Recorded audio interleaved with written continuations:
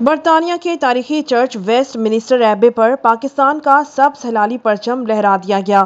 پاکستان کے لیے چرچ میں دعائیہ سروس کا انعقاد بھی کیا گیا۔ تفصیلات کے مطابق ویسٹ منسٹر ایبے چرچ کے اوپر پاکستان کا پرچم لہرایا گیا اور دعائیہ سروس بھی منعقد کی گئی۔ اس موقع پر پاکستانی ہائی کمشنر ڈاکٹر محمد فیصل نے کہا کہ قابل فخر لمحات ہیں کہ پاکستان کا پرچم ویسٹ منسٹر ایبے پر لہرایا گیا ہے۔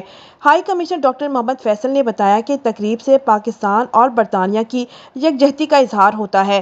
پاکستان کے استحکام اور سلامتی کے لیے دعا کرتے ہیں۔